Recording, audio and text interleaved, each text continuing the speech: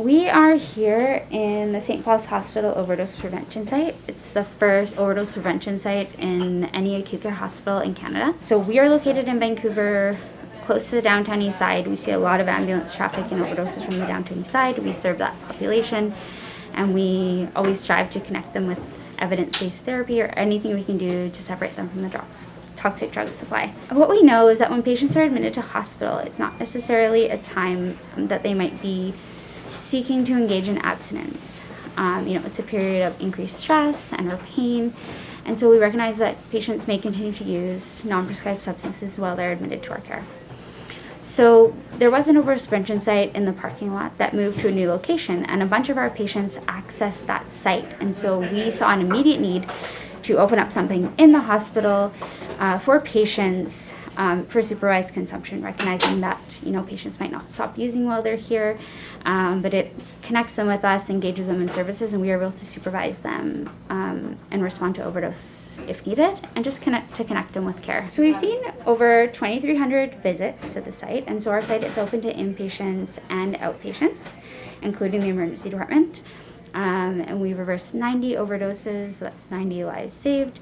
And we've also seen over 1,300 patients just come here to pick up sterile supplies to use for smoking or inhalation. And so sterile supplies, we can reduce, bloodborne infections, and as such, and patients can take those supplies and use them off-site. So we're seeing quite an average of 10 visits per day. We have peers engaged with our addiction medicine consult team who are heavily involved. So one of our peers, Karen, she helps escort patients to and from the site, which kind of introduces them to the site. It's safe to be here.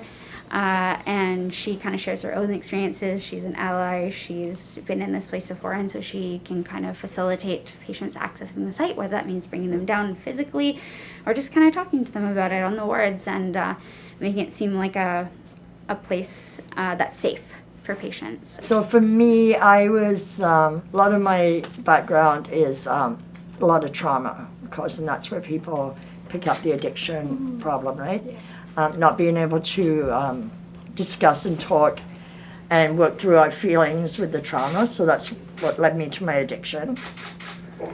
And it got so bad, like I got clean first time around almost 4 years and then relapsed because something happened that brought back my past. And that's why this time around when I got clean and sober, I knew I had to work on my trauma if I wanted to stay clean and sober. So that's what I've done this time around, and it's just given me a better outlook in general on how I can help others. It's great to have a place like this for people that are using, but just because there's places for them to be safely using is not something that's going to push them into wanting to get clean and sober. Right, that's a personal decision for everybody. Like you said, you're right? Tired of it.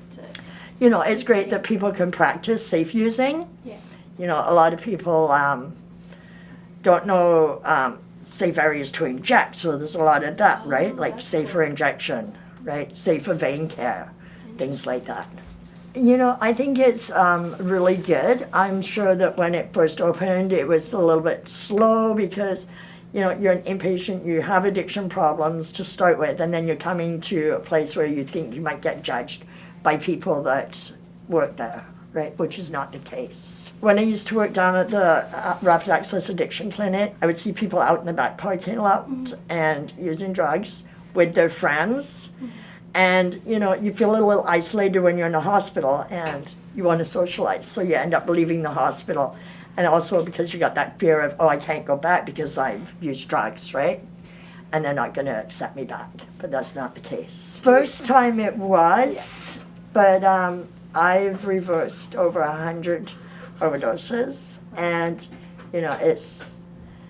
I've even done one where I've had no naloxone and just had to give breaths to somebody and chest compressions. And it's like really scary because there's nobody there to help. And you end up getting exhausted, right? And you're just praying that that person's going to make it. And there was a good outcome, and the ambulance arrived in time, so.